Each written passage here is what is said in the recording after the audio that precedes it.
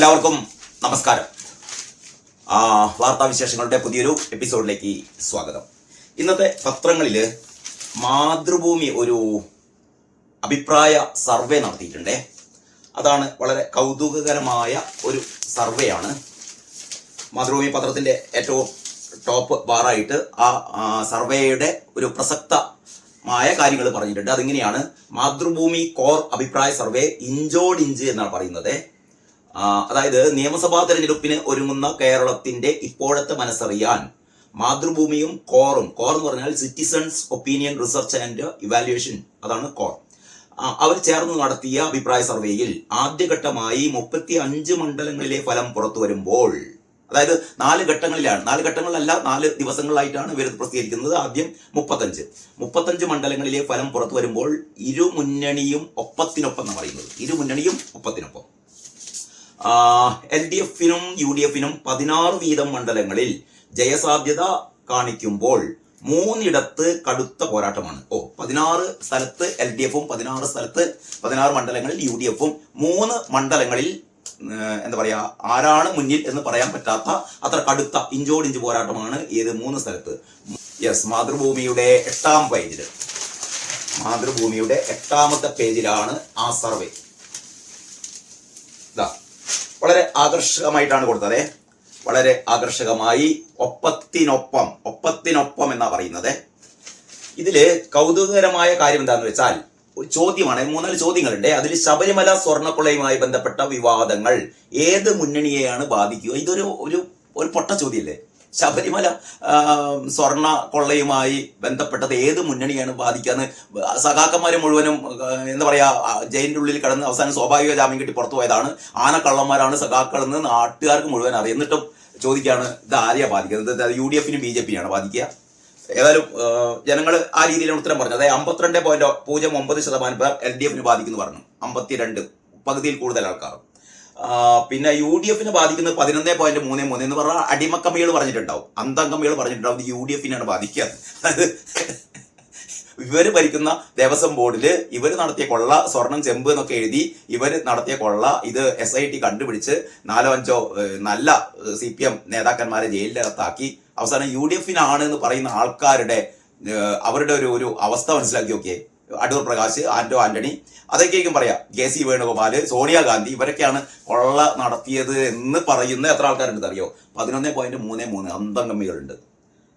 BJP ആണെന്ന് പറയുന്ന 1.31 അത് എന്താ പറയാ, കടുത്ത BJP വിരോധമുള്ള ആൾക്കാർ ചിലപ്പോൾ അങ്ങനെ പറയും ഇത് BJP ആണ് ഇതിനൊക്കെ കാരണം. അതായത് ശബരിമലയിൽ സ്വർണ്ണക്കൊള്ള നടത്തിയത് BJP ആണ്, അതായത് തന്ത്രിയാണെന്ന് പറയുന്ന കുറെ ആൾക്കാരുണ്ടാക്കി. പിന്നെ LDF-നെയും UDF-നെയോ ചില അങ്ങനെ 16% ഉണ്ട്, 2 കൂട്ടർക്കും തുല്യ പങ്കാണ് എന്നുള്ളത്. ഇത്തരത്തിലുള്ള ഒരു നറേറ്റീവ് ഉണ്ടാക്കാൻ വേണ്ടിയിട്ടാണ് പിണറായി വളരെ ബോധപൂർവം തന്ത്രിയെ അറസ്റ്റ് ചെയ്തതും ഒരാവശ്യവുമില്ലാതെ, അല്ലെങ്കിൽ ഹൈക്കോടതി ഒന്നും പറയാതെ തന്നെ പഴയ സ്വർണ്ണക്കൊടി മരത്തിന്റെ കാര്യം അന്വേഷിച്ചതും വാഹനം വളരെ സ്വാഭാവികമായി ഇത് തന്ത്രിക്ക് പൊതുവേദിയിൽ വെച്ചിട്ട് അർഹതപ്പെട്ട തന്ത്രിക്ക് ഇത് കൊടുത്തത് എന്തോ തന്ത്രി കടത്തിക്കൊണ്ടുപോയി എന്നുള്ള രീതിയിലൊക്കെ അന്വേഷണത്തെ പരമാവധി LDF-ന് കോട്ടം തട്ടാതെ, അല്ലെങ്കിൽ UDF കൂടി ഇതിൽ പങ്കാളികളാണ് എന്ന് വരുത്തി തീർക്കാനുള്ള പിണറായി വിജയന്റെ ശ്രമം ഒരു ചെറിയ പരിധി വരെ വിജയിച്ചു. അതാണ് നമുക്ക് മനസ്സിലാക്കാൻ പറ്റുന്നത്. പിന്നെ മറ്റൊന്ന്, കേരളത്തിൽ NDA മുന്നണിയുടെ പ്രവർത്തനങ്ങൾ എങ്ങനെയാണ്? അതിനുള്ള മികച്ചത് എന്ന് പറയുന്നത് 8.73% ഉള്ളൂ, മികച്ചതാണ്. ശരാശരി എന്ന് പറയുന്നത് 29% ഉണ്ട്. അതായത് കേരളത്തില് NDAയുടെ പ്രവർത്തനം മികച്ചതാണ് എന്ന് 8%, ശരാശരിയാണ് 29 എന്ന് പറഞ്ഞാൽ ഏതാണ്ട് 37% ആൾക്കാർ NDA കുഴപ്പമില്ല, BJP ഇവിടെ വരുന്നതിന് കുഴപ്പമില്ല എന്ന് പറയുന്നത്. അതൊരു നല്ല ഒരു എന്താ പറയാ, BJPയെ സംബന്ധിച്ചിടത്തോളം ആശ്വാസകരമായ ഒരു കാര്യമാണ്.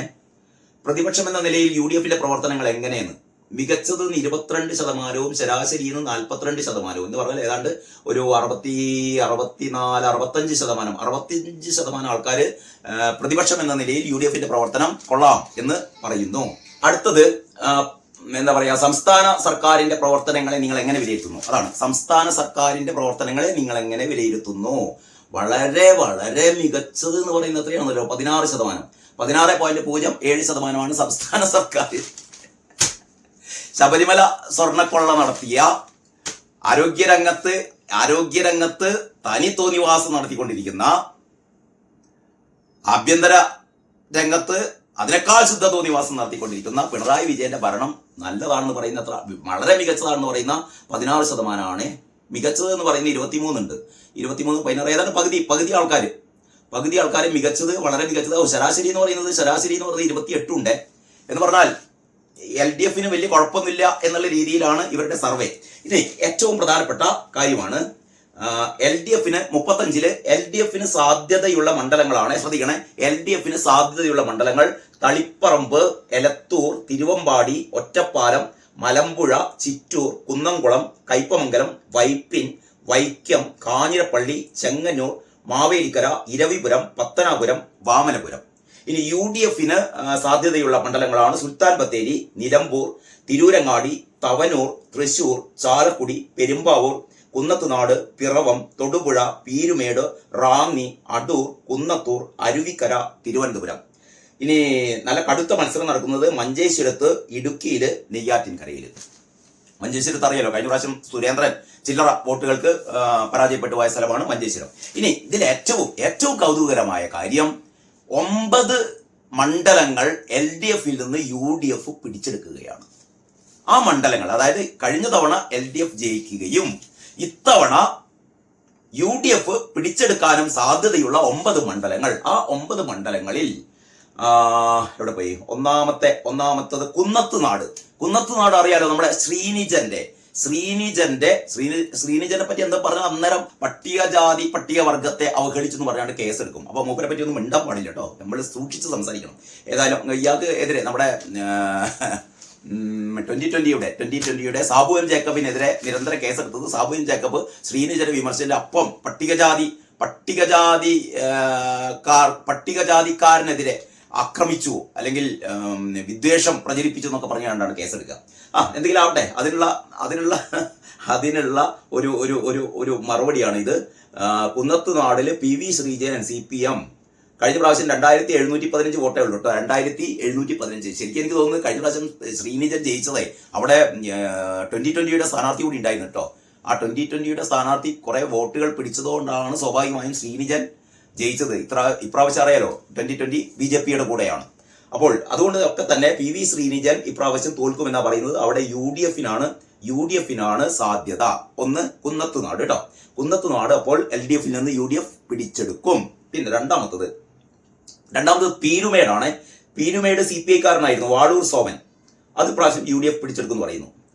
പിന്നീട് റാന്നിയില് കേരള കോൺഗ്രസ് പ്രമോദ് നാരായൺ 1285 വോട്ടിന്റെ ഭൂരിപക്ഷമായിരുന്നു. ഇപ്രാവശ്യം അത് UDF പിടിച്ചെടുക്കും.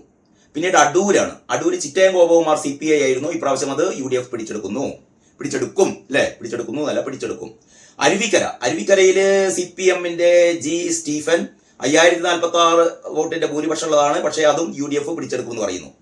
മറ്റൊന്ന് തിരുവനന്തപുരത്ത് നമ്മുടെ ജട്ടി മന്ത്രി ആന്റണി രാജു 7059 വോട്ടിന് ജയിച്ച തിരുവനന്തപുരം മണ്ഡലവും UDF പിടിച്ചെടുക്കുന്നതാണ് പറയുന്നത്. പിന്നീട് കുന്നത്തൂർ കോവൂർ കുഞ്ഞുമോൻ ഇടത് സ്വതന്ത്രനായിരുന്നു. അതും UDF പിടിച്ചെടുക്കും. പിന്നീട് തൃശ്ശൂര് P ബാലചന്ദ്രൻ, CPI-യുടെ P ബാലചന്ദ്രൻ. ഭൂരിപക്ഷം വെറും 946 ആയിരുന്നു. അവിടെ കഴിഞ്ഞ പ്രാവശ്യം പത്മജയായിരുന്നു പരാജയപ്പെടുത്തിയത്. ഇപ്രാവശ്യം വീണ്ടും അവിടെ പത്മജ തന്നെയാണ് തൃശ്ശൂർ മത്സരിക്കുന്നത് എന്നാണ് നമുക്ക് അറിയാൻ പറ്റുന്നത്. അവിടെ UDF വിജയിക്കുന്നു പറയുന്നു. പത്മജ BJP സ്ഥാനാർത്ഥിയായ പത്മജ കൊണ്ടുപോകുമോ അതോ? പക്ഷെ ഇവർ പറയുന്നത് UDF ആണെന്നാണ് പറയുന്നത്. ശരി, കാരണം ഈ മാതൃഭൂമി സർവേയിലെ 35 സ്ഥലങ്ങളിൽ ഒരു സ്ഥലത്ത് പോലും BJP ജയിക്കുന്നവർ പറയുന്നില്ല കേട്ടോ.